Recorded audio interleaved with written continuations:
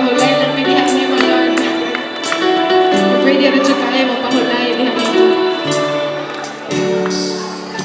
Ano man, manikamot ka, ingon siya, katapos na. Paano na, sa iyang grasya, pwede naman ko magpahulay lang. Itong mga gikapoy rin.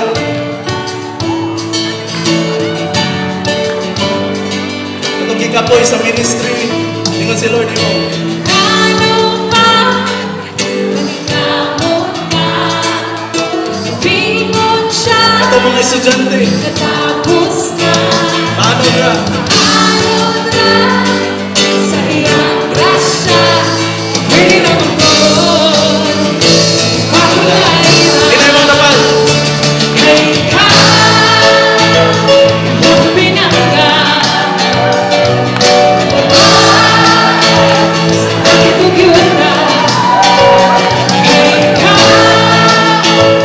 mong pinanggan, piling siya kung ikaw iyang pinanggan. Basig ma-misunderstood ninyo ang kanta. Bingon mo nga wala na tayo buhaton. Among buhat pasabot diri. Na tanang ministry nagikan sa intimacy. Isa nagtuo diri na mas kusog mo trabaho ang lover. Mas kusog mo trabaho ang in love. Kaysa sa sulugoon.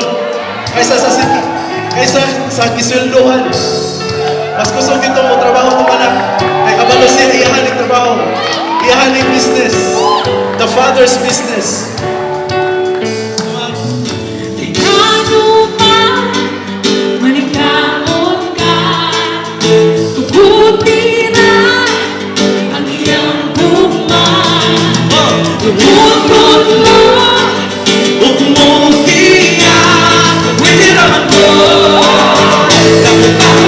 Ahulay sa iyang tugan. kay ikaw, Iyang pinanggan. sa langit tugyutan. Ikaw, Iyang pinanggan. kung dili siya muli na, ikaw iyang pinanggan. Isa rin nga si Lord. Ganahan po kung kanta na ito. Kung naikanta si Lord karong gabi na, mga po di ang ikaw. Tingnan si Lord mo. Kay ikaw, akong pinanggan. Laba, sa langit tugyutan. Tingnan si Jesus. Kay ikaw, akong pinanggan. Kung dili ko mutiyak. Kay ikaw, akong pinanggan. Dawata na na. Laba, sa langit tugyutan. Kay ikaw, akong pinanggan. Kung dili ko mutiyak. Balos ng Lord. Kay ako. Nila si Lord. Mong pinanggan, Ningon tong Portugal na. Ningon tong magulang. langit tugyutan. Kay ako, mong pinanggan, Kung piling ka, kung kay ako, kay ako, mong pinanggan. Sa langit tugyutan. Kay ako, mong pinanggan, kung pilit ko, kunin mong pinanggan.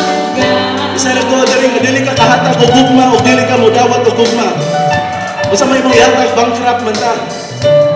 Wala ninyo na Bible, mo ni tinuod nga gugma. Ako mo yung unang nahigugma ninyo, dili ka mo. Ya gamitan ang gugma ni Lord, ihatag ninyo, gamitan na ihigugma sa imong asawa, ihigugma sa imong bana, ihigugma sa imong classmate, ihigugma sa imong friends.